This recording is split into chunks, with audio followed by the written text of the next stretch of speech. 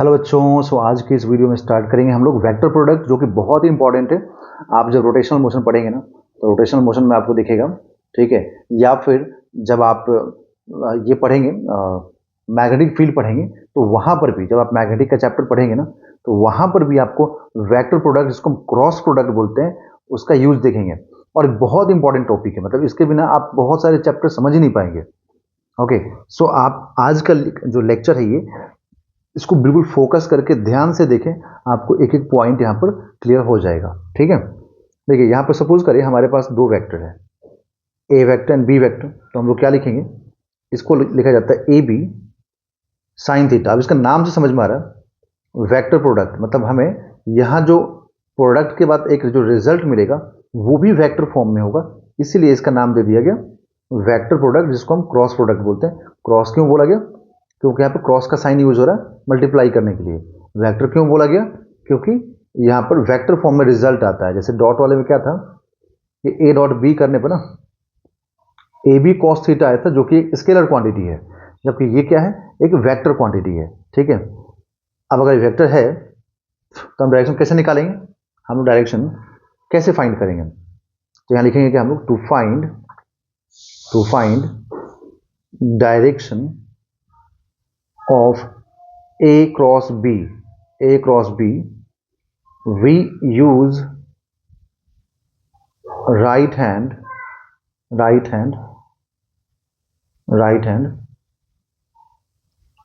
thumb rule। तो यहाँ पर हम लोग राइट हैंड थंब रूल का यूज करते हैं बच्चों, है ना। राइट हैंड थंब रूल का यूज करते हैं, ध्यान रखिएगा इस चीज का। ओके, एक मिनट रुकिएगा, इसका मैं कलर चेंज कर देता हूँ ताकि डिफरेंट दिखेगा, तो समझ में आएगा कि ये अलग है।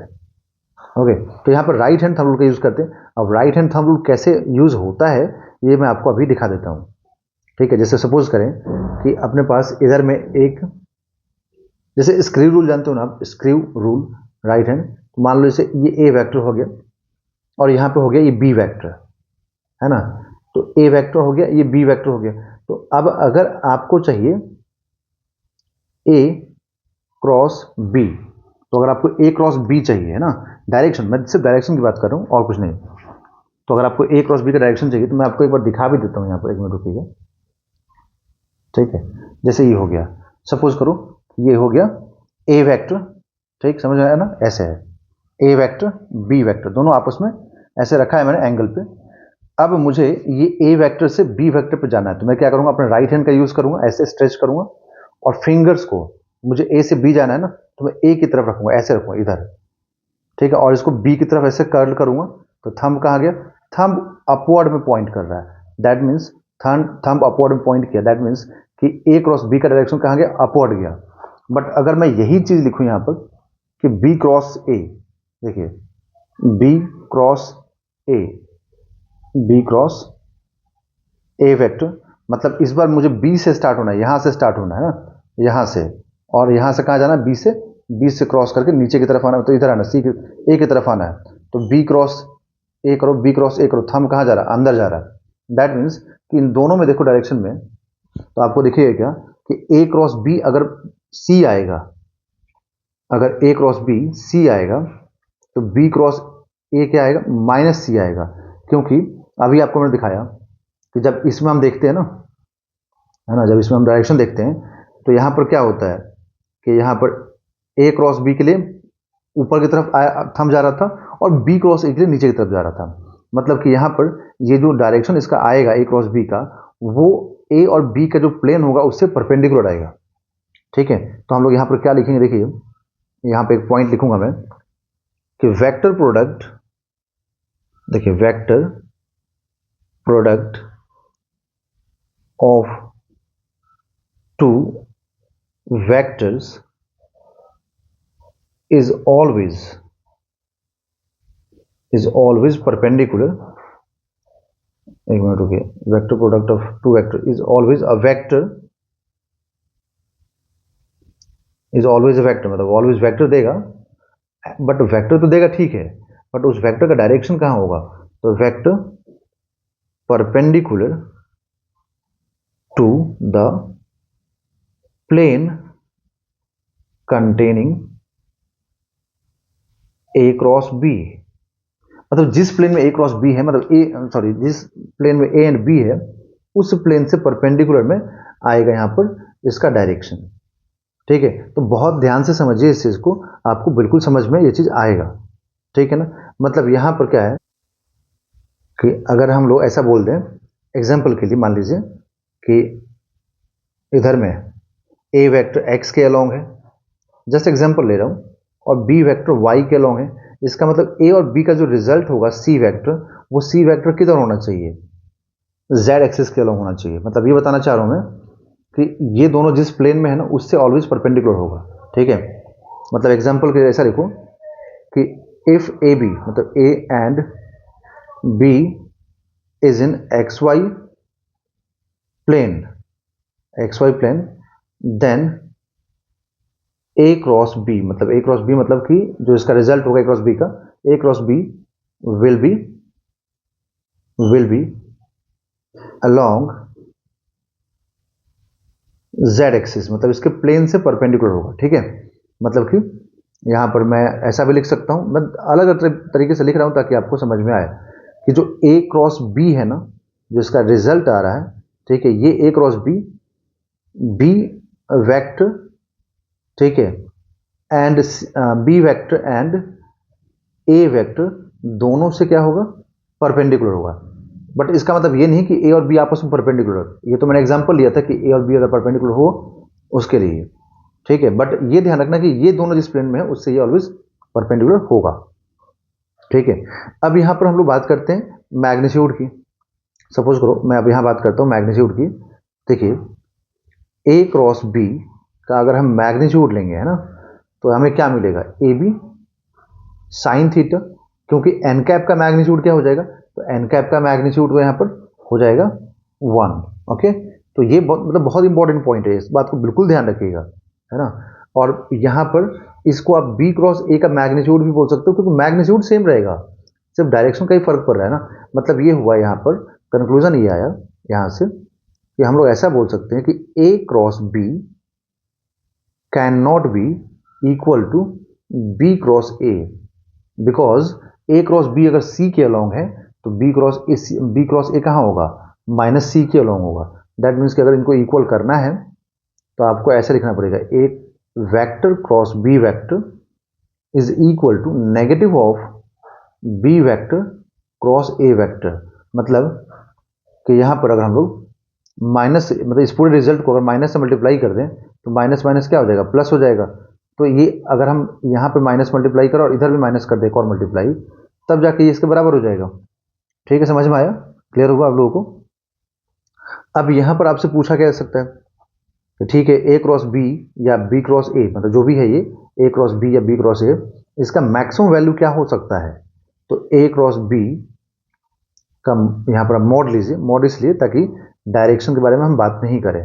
ठीक है, तो इसका मैक्सिमम वैल्यू क्या हो सकता है, ए बी, ये मैक्सिमम वैल्यू हो सकता है। बट ये ए बी कब होगा, है ना, तो एक मिनट रुकिए, मैं जरा इसको यहाँ लिख देता हूँ साइड करके। तो ये ए बी कब होगा, आप सोचें, अगर मान लो यहाँ पर थीटा इज इक्वल टू, क्योंकि ये मतलब यहाँ पर क्या है, साइन थीटा था ना, साइन थीटा है फॉर्मूले में देखिए, है ना, साइन थीटा है। तो ये जो मैक्सिमम वैल्यू है ना, ये मैक्सिमम कब आएगा, जब साइन थीटा का वैल्यू भी क्या हो, मैक्सिमम हो। तो जब मतलब दो वेक्टर अगर आपस में परपेंडिकुलर है ए और बी, तो आपको यहाँ पर ए क्रॉस बी मैक्सिमम मिलेगा। बट अगर यहाँ पर ऐसा हो जाए कि दोनों वेक्टर आपस में या तो पैरेलल हो, ठीक है, या फिर एंटी पैरेलल हो, मतलब कि थीटा इज इक्वल टू 0 हो या फिर 180 हो, तो आपको मैं बता दूं कि साइन 0 भी 0 होता है और साइन 180 भी 0 होता है। तो उस कंडीशन में यहाँ पर आपको ए क्रॉस बी जो मिलेगा ना, ये मैक्सिमम नहीं मिलेगा, ये आपको मिलेगा यहाँ पर क्या, 0। क्यों 0 मिलेगा ए क्रॉस बी का मैग्नीट्यूड, क्योंकि ये पार्ट क्या हो जाएगा, 0 हो जाएगा। तो अगर ये पार्ट 0 हो जाएगा तो आपको 0 मिलेगा ही मिलेगा। ठीक है ना, समझ में आया ना, तो ये चीज़ आपको 0 यहाँ पर मिलेगा। ठीक है, अब मैं आपको यहाँ पर एक चीज़ और दिखा देता हूँ कि अगर इन केस, है ना, जैसे अच्छा एक पॉइंट बच्चों और यहाँ पे आप नोटिस किया, यहाँ पे आपने क्या नोटिस किया इस चीज़ को कि ए क्रॉस बी, तो बी क्रॉस ए होगा बट माइनस के साथ होगा। बट डॉट प्रोडक्ट में ऐसा नहीं होता था ना, ए डॉट बी को हम लोग बी डॉट ए लिख सकते थे, है ना, ऐसा लिख सकते थे। ठीक है, समझ में आया ना? तो दोनों में डिफरेंस क्लियर हुआ ना, यहाँ पर समझ में आया? तो अब देखिए, अब यहाँ पर एक और छोटा सा रिजल्ट ये है कि अगर हमारे पास ए क्रॉस बी प्लस सी है, ठीक है, तो इसको हम लोग ए क्रॉस बी लिख सकते हैं प्लस ए क्रॉस सी लिखेंगे, ठीक है, ए क्रॉस सी लिखेंगे हम लोग यहाँ पर। इसको बोलते हैं हम लोग एसोसिएटिव रूल, मतलब कि ए को बी के साथ कर दो एक बार और एक बार सी के साथ कर दो, ठीक है, तो इसको बोलते हैं हम एसोसिएटिव रूल, ठीक है। तो अब जैसे मान लीजिए यहां पर मैं आपको बोल रहा हूं कि ये आई कैप हो गया और ये हो गया जे कैप, ओके, और ये हो गया के कैप, ठीक है, जेड एक्सिस मतलब के कैप, ये एक्स एक्सिस, ये वाई एक्सिस, ठीक है। तो यहां पर देखिए, तो आपको समझ में आएगा कि आई कैप और जे कैप के बीच में कितना एंगल है, 90 है। तो आई कैप और जे कैप के बीच में एंगल तो 90 हो गया, 90 हो गया ना, ठीक है। तो मैं आपसे पूछूं अगर यहां पर कि आई क्रॉस आई मतलब आई क्रॉस आई, तो आप क्या लिखोगे यहां पर? तो आई क्रॉस आई आप लिखोगे यहां पर कि आई का मैग्नीट्यूड कितना हुआ, 1 हुआ, तो 1 into 1 into sine theta, but ये दोनों ही आई है, मतलब दोनों एक्स एक्सिस में है, तो दोनों आई कैप है, दैट मीन्स दोनों एक्स एक्सिस हुआ, तो एक्स एक्सिस के लॉन्ग एक और एक्स एक्सिस लोगे तो एंगल क्या मिलेगा, 0 मिलेगा। तो साइन 0 क्या होता है, 0 होता है, मतलब सिमिलर वेक्टर्स का क्रॉस प्रोडक्ट आपको ऑलवेज 0 मिलता है। जैसे कि डॉट प्रोडक्ट आपको आई और जे का वहां पे 0 मिला था ना, डिसिमिलर का, तो वहां पे डॉट प्रोडक्ट में डिसिमिलर वेक्टर्स का 0 मिलता था और यहाँ पर सिमिलर वेक्टर का 0 मिलेगा, तो इसलिए जे क्रॉस जे भी क्या होगा, 0 होगा, एंड के क्रॉस के भी क्या होगा, 0 ही होगा, ठीक है। ये ध्यान रखिएगा आप लोग, है ना। अब यहाँ पर आपको मैं एक छोटा सा पॉइंट बताऊंगा जो बहुत ही ज़्यादा यूजफुल होगा, है ना, डायरेक्शन के पर्पज से। सपोज करें ये मैं एक सर्कल बना देता हूँ, ठीक है, ये सर्कल हो गया, अभी इसको मत लिखिएगा, और 1 2 और 3, ठीक है। देखिए इसको एरोज दिखा देता हूँ, मैं समझाता हूँ आपको कि ये क्या चीज़ है, मैं क्या क्या बना रहा हूँ, ये आपको पूरा बताऊंगा मैं अभी, आप अभी फोकस कीजिए, ठीक है। तो ये जो है ना, यहाँ पर आई जे और के, इसको रिप्रेजेंट मैं करवा रहा हूँ, तो ये मान लीजिए आई हो गया और ये हो गया जे वेक्टर और ये हो गया के वेक्टर, ओके। तो यहाँ पर एंटी क्लॉकवाइज, अब ठीक से फोकस कीजिए, तो ये एंटी क्लॉकवाइज घूम रहा है, मतलब कि एंटी क्लॉकवाइज घूम रहा है, मतलब कि आई क्रॉस जे कर दें, मतलब ये हुआ कि आई क्रॉस जे कर दें, तो आई क्रॉस जे, है ना। अब देखो आई क्रॉस जे में क्या हुआ, आई का वैल्यू 1, जे का वैल्यू 1, और आई और जे का मतलब हुआ कि 90 डिग्री, बिकॉज आई और जे तो आपस में क्या 90 डिग्री पे है ना, दैट मीन्स कि साइन 90, तो साइन 90 का वैल्यू कितना हुआ, 1। बट ये तो मैग्नीट्यूड नहीं ले रहा हूँ ना मैं तो पूरा वेक्टर क्रॉस प्रोडक्ट ले रहा हूँ, वेक्टर प्रोडक्ट ले रहा हूँ। तो आई और जे अगर आप देखेंगे करके, ठीक है, तो आपको ये आई और जे के की तरफ जाता है पॉइंट करके, आप वही right hand thumb rule use कीजिए। जैसे मान लीजिए ये हो गया आई, ये हो गया जे, ठीक है, तो आप करके देखिए थंब ऊपर जा रहा होगा, दैट मीन्स कि के कैप में जा रहा होगा, ठीक है, के कैप में जा रहा होगा, तो यहाँ पर ये के कैप, ओके। तो ये साइन 91 और 1 1, तो इसका मतलब कि आई क्रॉस जे आपको के कैप मिलेगा, ठीक है। तो इस चीज को आप ऐसे याद कीजिए कि जब एंटी क्लॉकवाइज में ऐसे जाएंगे तो हमें पॉजिटिव मिलेगा, मतलब आई और जे करेंगे तो पॉजिटिव आएगा के कैप, और अगर हम जे और के करते हैं तो आई कैप आएगा पॉजिटिव में, और अगर हम के और आई करते हैं तो जे कैप आएगा पॉजिटिव में, है ना। तो इस तरीके से आप इसको ट्रिक से याद कीजिए, तो आपको याद हो जाएगा जे क्रॉस के 1, जे क्रॉस के आई हो जाएगा, ठीक है। और जब के क्रॉस आई करेंगे तो के क्रॉस आई, तो के और आई तो यहाँ पे आ ही गया ना, तो क्या बचा हुआ है, जे बचा हुआ है, तो यहाँ जो रिजल्ट आएगा वो जे कैप में आएगा, वो भी पॉजिटिव आएगा। बट इसी चीज़ को अगर मैं रिवर्स कर दूँ, अगर मैं इसी चीज़ को रिवर्स करके क्लॉकवाइज में कर दूँ तो नेगेटिव होने लगेगा, जैसे कि जे क्रॉस आई तो क्या होगा, माइनस के कैप होगा, जैसे कि के क्रॉस जे तो यहाँ पे माइनस आई हो जाएगा, ठीक है। जैसे कि आई क्रॉस के, तो आई क्रॉस क्या हो जाएगा, माइनस जे कैप हो जाएगा, तो ये नेगेटिव में यहाँ पे वैल्यूज आने लग जाएंगी, ठीक है ना, समझ में आया। तो ये मतलब क्रॉस प्रोडक्ट के कुछ पॉइंट्स हैं। अब जैसे मान लो मुझे दो वेक्टर का क्रॉस प्रोडक्ट निकालना है, ठीक है, क्रॉस प्रोडक्ट निकालना है तो उसका एक मेथड और होता है, एक फॉर्मूला और होता है। जैसे कि मान लो मेरे पास सपोज करो ए और बी का चाहिए, है ना। तो सपोज यहाँ पे मैं लिख देता हूँ, तब जाके आपको क्लियर होगा। Let A vector is equal to A X I cap plus A Y J cap plus A Z K cap, ठीक है। And B vector is equal to B X I cap B Y J cap plus B Z K cap. अब हमें क्या चाहिए, तो हमें चाहिए ए cross B. तो आप यहां से लिखिए A vector cross B vector, okay.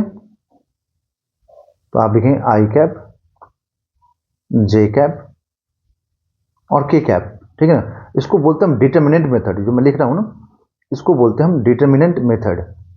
Determinant method में जैसे यहां पर मुझे क्रॉस प्रोडक्ट चाहिए, तो ए क्रॉस बी है ना, तो देखो वेक्टर फॉर्म में तो आएगा ही। तो अगर ये सब आई cap J cap K cap के फॉर्म में, आई cap J cap K cap के फॉर्म में है, तो रिजल्ट भी आई कैप के कैप और जे कैप के फॉर्म में आ सकता है, ठीक है। तो हमें क्या करना है, ए क्रॉस बी लिखना है। तो पहले आप आई cap J cap K cap लिखेंगे, ठीक है। उसके बाद से फिर आप लिखेंगे ए वेक्टर का लिखेंगे। तो ए वेक्टर में क्या है, ए एक्स है ना, पहले आई का कोफिशिएंट, फिर जे का कोफिशिएंट वाई है, तो आप वाई लिखेंगे, फिर जेड लिखेंगे। पहले ए है इसीलिए, पहले बी होता तो पहले बी का लिखते, ठीक है। तो यहाँ पे लिखेंगे बी एक्स बी वाई और ये बी जेड, ठीक। तो डिटर्मिनेंट मेथड क्या बोलता है, तो डिटर्मिनेंट मेथड ये बोलता है कि पहले हम लिखेंगे यहाँ पर आई कैप, ठीक है, और उसके करस्पॉन्डिंग सबको हम कैंसिल मान लेंगे, सोचेंगे ये है ही नहीं, तो ये नहीं है, तो फिर इन दोनों को मल्टीप्लाई करेंगे, उसके बाद इन दोनों को करेंगे माइनस करके। तो लिखेंगे क्या हम लोग यहाँ पर कि ए Y B Z minus A Z B Y, ठीक है। फिर सेकंड में लिखना होता है माइनस जे कैप, प्लस नहीं लिखना होता, माइनस लिखना होता है, ध्यान रखिएगा। तो माइनस जे कैप, फिर इसके कोरिस्पॉन्डिंग ये सब कैंसिल हो जाएगा, तो ए एक्स बी जेड है ना। तो आप लिखेंगे यहाँ पर A X B Z minus A Z B X, okay, plus K cap plus K cap. अब ये बच्चों हो सकता है कि यहाँ से समझ में कम आ रहा होगा ये पॉइंट, बट जब हम न्यूमेरिकल्स करेंगे ना तो आपको और इस पर क्लियर चीज़ें होने लगेंगी। तो देखो बहुत सारे पॉइंट्स ऐसे होते हैं जो बिना न्यूमेरिकल के समझ में नहीं आता है। न्यूमेरिकल करने पर जब मल्टीप्लाई होगा तो आपको समझ में आने लगेगा, ठीक है। तो आप लिखेंगे यहाँ पर A X B Y minus A Y B x, ठीक है। तो ये है ए क्रॉस बी का रिजल्ट, ठीक है। तो आप इस तरीके से भी मल्टीप्लाई कर सकते हैं। देखो अगर सिंपल, अगर पूरा इक्वेशन ये आई कैप में ही होता, पूरा इक्वेशन सिर्फ जे कैप में होता, तब तो कोई दिक्कत नहीं था, फिर तो आप सीधे सीधे इसको यूज कर देते हैं कि आई क्रॉस जे होने पे क्या होता है, के कैप होता है। बट यहाँ पे आई cap J cap K cap तीनों है, तो उस केस में आपको ये डिटर्मिनेंट मेथड यूज करना होगा, जो कि बहुत ही यूजफुल है, ठीक है। अब देखिए जैसे मान लीजिए आपको यहाँ पर यूनिट वेक्टर निकालना हो, दैट मीन्स कि यूनिट वेक्टर बोलने का मतलब हो गया कि आपको अगर यहाँ पर मैं लिख देता हूँ, सपोज करें कि मैंने लिखा यहाँ पर कि ए क्रॉस बी है ना, मैंने वेक्टर लिखा A cross B is equal to A B sine theta N cap. तो ये जो एन कैप है, अगर आपको ये फाइंड करना है, एन कैप क्या है, डायरेक्शन है ना, ये तो बता रहा है कि भाई ए क्रॉस बी कहाँ पे होगा, कौन से डायरेक्शन में होगा, इसके बारे में इंफॉर्मेशन दे रहा है। तो अगर आपको ये एन कैप फाइंड करना है, दैट मीन्स कि आपको अगर आपको डायरेक्शन फाइंड करना है, एन कैप मतलब यूनिट वेक्टर अगर फाइंड करना है, ठीक है। तो जैसे किसी भी वेक्टर का यूनिट वेक्टर, जैसे मान लो मेरे पास ए वेक्टर है, तो इस ए वेक्टर का यूनिट वेक्टर क्या लिखा जाता है कि A vector by magnitude of A vector, ये लिखते हैं ना। तो उसी टाइप से अगर मुझे यहाँ पे क्रॉस प्रोडक्ट का यूनिट वेक्टर फाइंड करना है, तो मैं क्या लिखूंगा, देखिए मैं लिखूंगा यहाँ पे कि unit vector is equal to A vector cross B vector upon magnitude of A cross B, ठीक है। समझ में आया ना, ये ऐसे फाइंड करने का मेथड हो गया। फॉर एग्जांपल जैसे मैं आपको थोड़ा सा इसी को चीज को सिंप्लीफाई कर देता हूं, जैसे ए क्रॉस बी को मैंने एज्यूम कर लिया कि ये सी वेक्टर है, ठीक है। तो आपको क्या करना, आपको सी वेक्टर का डायरेक्शन चाहिए, मतलब सी कैप चाहिए, तो आप क्या लिखोगे, C vector divided by magnitude of C vector, ठीक है। तो आप क्या लिखोगे, सी की जगह पे एन कैप कर दो और सी वेक्टर की जगह पे ए क्रॉस बी कर दो, ठीक है। एंड मैग्नीट्यूड ऑफ सी पे क्या लिख दोगे, इस पे लिख दोगे ए वेक्टर क्रॉस बी वेक्टर का मैग्नीट्यूड कर दो, ठीक है। तो ऐसे हो जाएगा, ठीक, क्लियर हो गया, समझ में आया ना। तो अगर आपको यहाँ पे यूनिट वेक्टर फाइंड करना हो, डायरेक्शन फाइंड करना हो, ठीक है, वेक्टर फॉर्म में, तो आप ऐसे निकाल सकते हैं इसको, क्लियर। अब देखिए वेक्टर में यहाँ पे कुछ पॉइंट्स हैं, कुछ फॉर्मूला है, जैसे कि एरिया ऑफ पैरेललोग्राम। अगर मान लो हम लोग को P और Q दो यहाँ पे एडजेसेंट साइड्स दिए हुए हैं पैरेललोग्राम के, जैसे कि यहाँ पे एक पैरेललोग्राम है OABC, है ना, OABC एक पैरेललोग्राम है। तो इस पैरेललोग्राम का एक साइड P वेक्टर हो गया, दूसरा जो एडजेसेंट साइड है वो Q वेक्टर हो गया, इनके बीच का एंगल थीटा हो गया। तो अगर हमें यहाँ पे इसका एरिया फाइंड करना है, ठीक है, तो यहाँ पे फॉर्मूला आता है आफ्टर डेरिवेशन, आपसे डेरिवेशन नहीं पूछा जाएगा, ठीक है। तो आपको ये फॉर्मूला याद रखना है कि आपको क्या करना है कि इन दोनों का क्रॉस प्रोडक्ट सॉल्व करना है, और क्रॉस प्रोडक्ट सॉल्व करने के बाद उनका मैग्नीट्यूड ले लेना है, ठीक है। आगे दिखाऊंगा भी मैं इसके बारे में। अब अगर मान लो आपको एडजेसेंट साइड्स P और Q नहीं दे करके आपको ये डायगोनल दे दिया, है ना, larger diagonal and smaller diagonal दे दिया आपको D1 D2 के फॉर्म में, तो आप क्या लिखोगे, एरिया लिख दोगे half into D1 vector cross D2 vector, ठीक है। और मतलब ये तो हो गया डायगोनल के ना फॉर्म में, और साइड्स के फॉर्म में तो लिखवाया था अभी आपको मैंने कि अगर साइड दिया हो P और Q वेक्टर एडजेसेंट साइड्स, तो आप इस टाइप से लिख सकते हैं magnitude of P vector cross Q vector, clear. इसके बाद है एरिया ऑफ ट्रायंगल, है ना, एरिया ऑफ ट्रायंगल। तो एरिया ऑफ ट्रायंगल क्या होता है, देखिए, तो यहां पर वही सेम चीज कि अगर यहां पर एरिया का एक साइड P है, दूसरा साइड Q वेक्टर है, तो आप एरिया क्या लिखेंगे, half into P vector into Q vector, ठीक है, और इसका मैग्नीट्यूड। तो ये जो फॉर्मूला है ना, ये सब आपको बच्चों याद रखना पड़ेगा, ठीक है। ये बहुत काम का फॉर्मूला है, ठीक है। अगर आपसे क्वेश्चन पूछेगा डायरेक्टली तो आप इसको निकाल सकते हैं, ठीक। जैसे फॉर एग्जांपल मान लीजिए आपसे ऐसे बोलेगा कि ठीक है, एक साइड इसका ए वेक्टर है जो कि आई कैप प्लस जे कैप प्लस के कैप है, दूसरा साइड यहाँ पर आई कैप प्लस जे कैप है। तो आपको क्या करना है, इन दोनों का क्रॉस प्रोडक्ट करना है और उसको 2 से डिवाइड कर देना है मैग्नीट्यूड लेने के बाद, ठीक है। और क्रॉस प्रोडक्ट हम दो वेक्टर कैसे करते हैं, ये आपको जस्ट मैंने बताया था आपको कि डिटर्मिनेंट मेथड से सॉल्व किया जाता है, समझ में आया ना। तो डिटर्मिनेंट मेथड से हम लोग यहाँ पर इसको सॉल्व करते हैं, क्लियर, ठीक है। अब जैसे मैं आपको एक क्वेश्चन दे रहा हूँ यहाँ पर करने के लिए, क्वेश्चन में है कि इफ एफ वेक्टर मतलब force is equal to 2 I cap plus 3 J cap minus K cap and R vector is equal to I cap minus J cap plus 6 K cap, तो आपसे पूछा जा रहा है कि फाइंड आर क्रॉस एफ। ये जो आर क्रॉस एफ है ना, इसको टॉर्क बोला जाता है। तो टॉर्क इज इक्वल टू क्या हो जाएगा, R vector cross F vector, ठीक है। तो यहां पर आप लिखेंगे क्या, देखिए, अगर आपको आर क्रॉस एफ फाइंड करना है तो आप लिखेंगे R vector cross F vector is equal to, यहां लिख देंगे I cap J cap and K cap. सबसे पहले I cap J cap K cap लिखना पड़ेगा। फिर आर वेक्टर में देखो, तो आर क्रॉस एफ है ना, तो पहले आर है, मतलब इसका आई का कोफिशिएंट लिखिए, फिर जे का कोफिशिएंट लिखिए और के का कोफिशिएंट लिखिए। तो आप लिखेंगे यहाँ पर क्या कि आई का कोफिशिएंट आर का देखो क्या है, आर के बारे में तो 1 है, जे का कोफिशिएंट क्या है -1 है, और के का कोफिशिएंट क्या है 6 है। फिर फोर्स में देखो, तो फोर्स में आई का कोफिशिएंट क्या है 2 है, फिर जे का कोफिशिएंट 3 है एंड के का कोफिशिएंट -1 है, ठीक है। तो ये हो गया आर क्रॉस एफ, है ना, आर क्रॉस एफ हो गया। अब यहां से हम लोग क्या लिखेंगे, देखिए, तो यहां से लिख देंगे हम लोग आई कैप, है ना, आई कैप, ओके। और ये हो जाएगा, देखिए क्या यहां से कि यहां पे इसको हमें क्रॉस करना है और इन दोनों को मल्टीप्लाई करना है। अगर आई कैप लेते हैं तो इन दोनों को मल्टीप्लाई कीजिए, तो -1 और -1 क्या हो जाएगा, +1 हो जाएगा। तो यहाँ पे +1, फिर इन दोनों को मल्टीप्लाई कीजिए, तो ये क्या हो जाएगा 3 इंटू 6 18, तो ये 18 आ जाएगा। फिर माइनस जे कैप, तो माइनस जे कैप, तो अब इसके कॉरेस्पॉन्डिंग जो भी है उसको कैंसिल कर दीजिए, तो ये 1 और -1 मल्टीप्लाई होकर क्या मिलेगा हम लोगों को, 1 और -1 मल्टीप्लाई होकर -1 मिलेगा। फिर यहाँ पर अब ये तो कैंसिल हो चुका है ना, तो ये और ये मल्टीप्लाई करोगे क्या आएगा 12 आएगा, तो -12, ओके। यही तो है डिटरमिनेंट मेथड, ठीक है।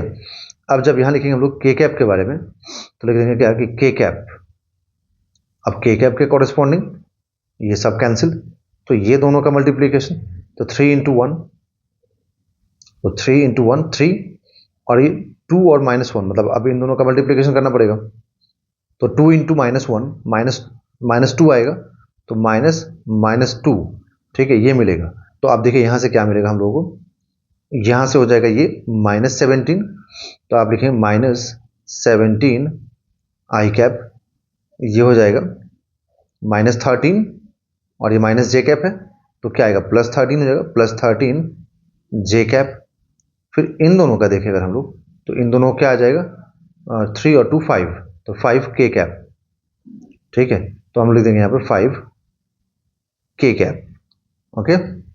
तो यहाँ से हमें क्या मिलेगा, R vector cross F vector is equal to -17 I cap +13 J cap +5 K cap, ठीक है ना। तो ये हम लोग को यहाँ से आर क्रॉस एफ का वेक्टर फॉर्म आ गया। अब सपोज करो कि यहाँ पे ये आर और एफ, या फिर इसको मान लो कि ए और ये बी होता, तो अगर ए और बी होता तो ये ए और बी का, है ना, अगर बोलता कि ये दोनों ए और बी ये पैरेललोग्राम के साइड्स हो गए, तो आप बताओ एरिया क्या होगा। तब क्या करते, ए और बी का ऐसे ही आप क्रॉस प्रोडक्ट फाइंड करते, ठीक है। क्रॉस प्रोडक्ट फाइंड करने के बाद इसका मैग्नीट्यूड ले लेते। तो खैर हम लोगों से तो आंसर यही पूछा है, बट मैं इसका मैग्नीट्यूड भी दिखा देता हूँ। मान लो अगर मुझे इसका मैग्नीट्यूड दिखाना है, तो मैं क्या करूँगा, ऐसे मॉड लगा दूंगा। तो मॉड लगाने पे ये क्या आएगा, 17 का स्क्वायर, है ना, माइनस है तो माइनस का स्क्वायरिंग के बाद पॉजिटिव हो जाएगा, और ये 13 का स्क्वायर +5 का स्क्वायर, ठीक है, ओके। तो देखिए अब यहाँ से आ जाएगा मैग्नीट्यूड इसका। तो अब यहाँ पर हम लोगों को यहाँ से एरिया मालूम हो जाता। अगर ये पैरेललोग्राम का साइड्स होता तो इसको हम 2 से डिवाइड कर देते, तो एरिया ऑफ पैरेललोग्राम आ जाता, ठीक है। मतलब मैं आपको सिखा रहा हूँ मैग्नीट्यूड निकालना। मान लो अगर इसका डायरेक्शन पूछा होता कि ये आर क्रॉस एफ किधर है ना, मतलब आर क्रॉस एफ का डायरेक्शन एक्चुअली में है किधर, ठीक है। तो आप क्या बताते कि आर क्रॉस एफ का डायरेक्शन मतलब एन कैप निकालना, मतलब उसका यूनिट वेक्टर निकालना। तो मुझे इसका यूनिट वेक्टर निकालना है, और ये क्या होता है बच्चों, तो ये होता है टॉर्क। देखिए आपको दिखाया था मैंने, इसको हम टॉर्क बोलते हैं, आगे पढ़ेंगे हम लोग टॉर्क के बारे में, अभी आप याद रखिए सिंपल टॉर्क बोलते हैं। तो यहाँ पे टॉर्क का यूनिट वेक्टर निकालना था, तो आप क्या लिखते हैं इसको, R cross F vector divided by magnitude of R cross F, ठीक है। तो देखिए आपको आर क्रॉस एफ भी मालूम हो गया, तो इसको उठा करके ना, इसको उठाकर पूरा यहाँ पुट कर देते, और मैग्नीट्यूड मालूम हो गया तो इसको उठा के यहाँ पुट कर देते, ठीक है। तो आपको यूनिट वेक्टर मालूम हो जाता, ठीक, समझ में आ गया, क्लियर हो गया, ओके। अब देखिए बोला गया find the unit vector perpendicular to A vector and B vector. मतलब बोल रहा है कि आप एक ऐसा यूनिट वेक्टर फाइंड करें जो कि इन दोनों से क्या हो, परपेंडिकुलर हो, ठीक है। तो मैंने आपको कुछ देर पहले समझाया था यहाँ पर कि जैसे हम लोग लिखते हैं ना कि ए क्रॉस बी, तो A cross B is equal to क्या लिखते हैं हम लोग, A B sine theta into N cap. तो ये जो एन कैप होता है ये एक्चुअली में क्या है, एक वेक्टर के डायरेक्शन को रिप्रेजेंट कर रहा है। तो एक वेक्टर के डायरेक्शन को रिप्रेजेंट कर रहा है, दैट मीन्स कि मैं इसको पूरा ए बी साइन थीटा को मैं सी मान लेता हूँ, तो मैं क्या लिखूंगा, सी एन कैप, ठीक है, समझ में आया ना। मतलब कि सी का डायरेक्शन, मतलब कि सी का डायरेक्शन, सी मतलब ये दोनों हो गया, इन दोनों का क्रॉस प्रोडक्ट, तो सी का डायरेक्शन कहाँ है, एन कैप की तरफ है, ठीक है। और मैंने आपको बताया था कुछ देर पहले कि यहां पर ना ए क्रॉस बी और बी ये आपस में परपेंडिकुलर होता है, मतलब कि सी वेक्टर आपस में बी के साथ परपेंडिकुलर होगा। और सी वेक्टर बोलने का मतलब एन कैप ही हो गया ना, डायरेक्शन वाइज, तो डायरेक्शन वाइज तो एन कैप हो गया, मतलब बी से परपेंडिकुलर होगा, ठीक है। मतलब एन कैप ए से भी परपेंडिकुलर होगा, ठीक। तो बहुत ही डिटेल में आपको मैं सारी चीजें बता रहा हूं, आप समझ, इसको समझिए, ठीक है, समझ में आया ना। मतलब कि यहां पर सी वेक्टर ए वेक्टर से भी परपेंडिकुलर होगा एंड बी वेक्टर से भी परपेंडिकुलर होगा। मतलब कि ये हुआ कि ए क्रॉस बी का जो डायरेक्शन होगा ना, ये ए क्रॉस बी का डायरेक्शन ए से भी परपेंडिकुलर और बी से भी परपेंडिकुलर, दोनों से परपेंडिकुलर होता है, ठीक है। तो ये पूछा है आपसे कि find unit vector perpendicular to A vector and B vector, that means कि आपसे पूछ रहा है कि आप यहाँ पे यूनिट वेक्टर फाइंड कीजिए इस क्रॉस प्रोडक्ट का, है ना, इस क्रॉस प्रोडक्ट का यूनिट वेक्टर फाइंड कीजिए। तो हम लोग क्या करेंगे, पहले ए क्रॉस बी करेंगे, तो ए क्रॉस बी लिखे हम लोग, तो ए क्रॉस बी, तो वही सेम चीज डिटरमिनेंट मेथड, पहले आई कैप फिर जे कैप फिर के कैप, ओके। अब यहाँ पे देखो, तो ये क्या है, यहाँ पर 2 2 3 1 कोफिशिएंट्स देखिए आई का, जे का और के का। तो आई का 2 है, 3 है और ये 1 है। ये मैंने ए वेक्टर पहले क्यों लिखा, क्योंकि यहाँ पे ए क्रॉस बी है, बी क्रॉस ए नहीं है, ठीक है। अब देखिए बी वाले में, तो बी वाले में आई का कोफिशिएंट 1 है, जे का कोफिशिएंट -1 है और के का कोफिशिएंट 1 है ना। ये हो गया यहाँ पर कोफिशिएंट्स, ठीक है। तो अब हम लोग लिखेंगे क्या कि आई कैप है ना, आई कैप, ओके। तो आई कैप, तो ये कैंसिल, अब ये क्या हुआ 3 × 1 3, तो ये 3 और यहाँ लिखें हम लोग, तो ये क्या हो जाएगा 1 - 1 है ना, तो -1 × 1, ओके, माइनस जे कैप। तो अब देखिए अब यहाँ से क्या हो जाएगा, तो ये सब कैंसिल, तो 2 और 1, ठीक है, तो 2 और 1 क्या हो जाएगा 2, और यहाँ से लिखें हम लोग, तो ये तो पूरा कैंसिल हो गया ना, तो ये 1 और 1 लिखो अब, तो 1 × 1 1 हो जाएगा, ठीक है। इधर लिखें हम लोग के कैप के बारे में, एक मिनट रुकिए, तो प्लस के कैप, तो के कैप में देखो ये क्या हो जाएगा, ये कैंसिल, तो अब ये बचेगा ना ये वाला पार्ट, तो 2 × -1, तो 2 × -1 क्या हो जाएगा -2 हो जाएगा। फिर इसका देखें हम लोग, तो ये 3 हो जाएगा, ठीक है। तो हम लोग लिखें -3, तो यहाँ से ए क्रॉस बी तो हम लोग को मालूम हो गया। देखिए ए क्रॉस बी क्या मालूम होगा हम लोग को, देखो तो ये -1 और 1 -1 हो जाएगा, तो -1 और माइनस प्लस हो जाएगा, तो +1 और 3 +4 हो गया, तो 4 आई कैप। यहाँ पर ये हो जाएगा ओनली 1 होगा, ये पूरा सब्ट्रैक्शन होगा है ना, तो 1 दैट मीन्स कि माइनस जे कैप, ओके, समझ में आया ना। क्योंकि मैंने आपको दिखाया था कुछ देर पहले कि जे के क्रॉस से देखेंगे तो यही होगा ना, 1 और 2 का मल्टीप्लीकेशन है ना, और फिर 1 और 1 का मल्टीप्लीकेशन, ठीक है, तो इसलिए ऐसा लिखा गया।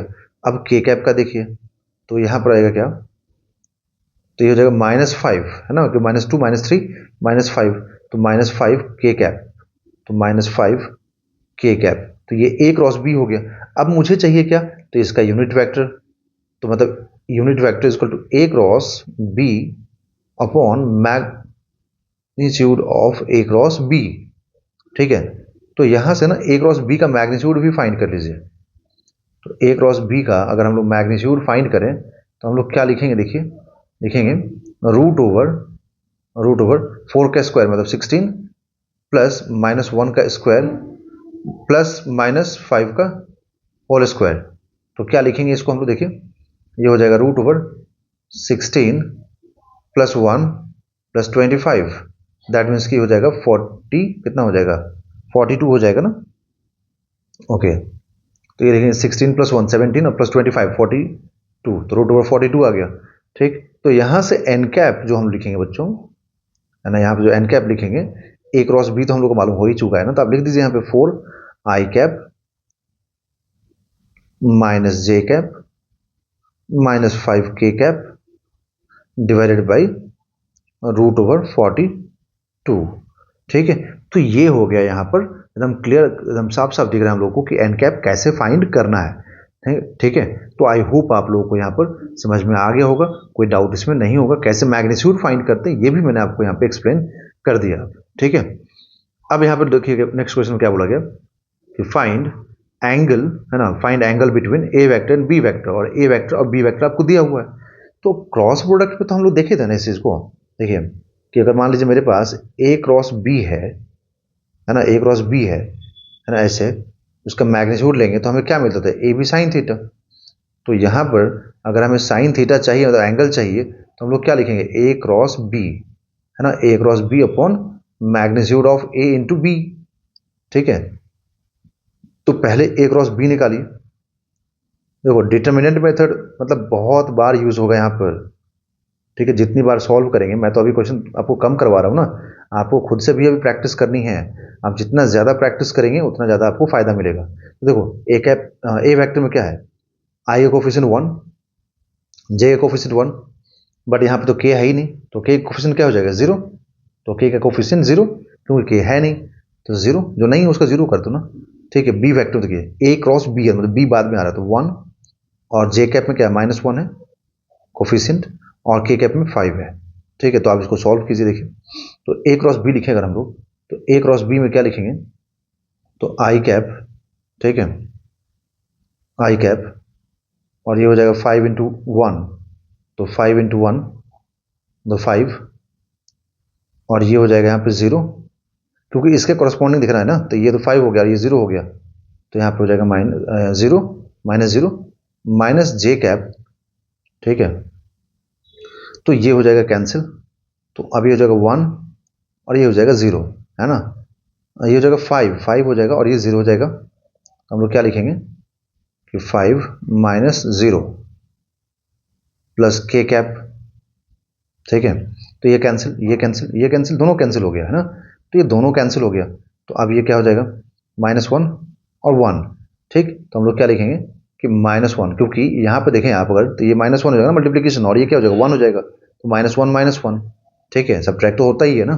तो अब यहाँ से क्या आएगा, यहाँ से आएगा 5 आई कैप माइनस 5 जे कैप -2 के कैप, ठीक है। तो ये आ गया। अब ए का मैग्नीट्यूड आप अलग से निकालिए, ए वेक्टर का।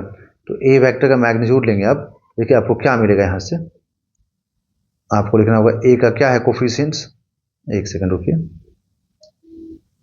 तो ए का कोफिशिएंट है, आई का 1 है और जे का भी 1 है और के का तो 0 ही है ना। तो आप लिखेंगे क्या यहाँ से 1 का स्क्वायर प्लस 1 का स्क्वायर प्लस 0 का स्क्वायर, ठीक है। तो क्या आएगा √2 आएगा, ठीक है। अब हम लोग बी वेक्टर लिखें, तो बी वेक्टर क्या लिखेंगे, तो बी वेक्टर का मैग्नीट्यूड लिखिए, देखिए यहाँ से 1 का स्क्वायर -1 का स्क्वायर और 5 का स्क्वायर, है ना। तो आप लिखेंगे 1 का स्क्वायर प्लस -1 का स्क्वायर प्लस 5 का स्क्वायर, ठीक है। तो ये कितना हो जाएगा 1 + 1 2 और 25 27, तो ये हो जाएगा 27, ठीक है। तो यहाँ से हम जो साइन थीटा लिखेंगे ना, उसमें a क्रॉस b कितना है 5 आई कैप -5 जे कैप -2 के कैप, इस टाइप से है, डिवाइडेड बाई √20 और ये इंटू √27, ठीक है। तो ये हम लोगों को यहाँ से मतलब आया है ना। अच्छा एक मिनट रुकिए, हम लोगों को एंगल चाहिए था ना, तो ये तो मॉड लेना होता है ना, क्योंकि यहाँ पे मॉड लिए थे हम लोग ये चीज़। ओके ओके, एक मिनट रुकिए, तो इसका भी मॉड लेना पड़ेगा हम लोगों को। तो देखिए ये कितना आ जाएगा, ये लिखेंगे हम लोग 5 का स्क्वायर प्लस 5 का स्क्वायर मतलब 25 प्लस 4 का स्क्वायर, ओके, ठीक है। और ये हो जाएगा यहाँ से √, ये वाला पार्ट देख लेते हैं, तो ये हो जाएगा 4, है ना। 24 कितना आ जाएगा 54, है ना। देखिए 27 × 2 54, ओके। और यहाँ से आ गया 104, तो 104/54, ओके। तो ये हम लोगों को यहाँ से मालूम होगा एंगल, ठीक, समझ में आया। देखिए तो आई होप आप लोगों को यहाँ पर क्लियर हो गया होगा, समझ में आ गया होगा, ठीक है। तो बच्चों ये मतलब कंप्लीटली वेक्टर चैप्टर कंप्लीट हो गया। काइनेमेटिक्स की वीडियोस बच्चों मैंने आपको बना के अपलोड कर दिया था आप लोगों के लिए, तो आप लोग जाके काइनेमेटिक्स का प्लेलिस्ट में जरूर काइनेमेटिक्स अब स्टार्ट कर दें आप लोग, ठीक है। यूनिट डायमेंशन का भी जरूर मैं लेक्चर जल्दी से जल्दी अपलोड करूंगा, यूनिट्स एंड डायमेंशंस के लेक्चर, ओके। बट अभी आप काइनेमेटिक्स से स्टार्ट कर लीजिए वेक्टर कंप्लीट करने के बाद, ठीक है। मेरे प्लेलिस्ट से आपको बहुत बेनिफिट मिलने वाला है, ओके। इसका मतलब देखो, क्योंकि एक एक चीज़ आपको डिटेल में डिस्कस किया है ना, तो आपको फायदा इस चीज़ का तो मिलेगा ही बच्चों, ठीक है। प्रैक्टिस के लिए एक्स्ट्रा क्वेश्चंस के लिए आप जेईई मेंस के क्वेश्चंस कर सकते हैं, जो मैंने प्लेलिस्ट बना रखा है चैप्टर वाइज, वहाँ से भी आप प्रैक्टिस कर सकते हैं, okay. Till then thank you everyone, bye everyone, take care.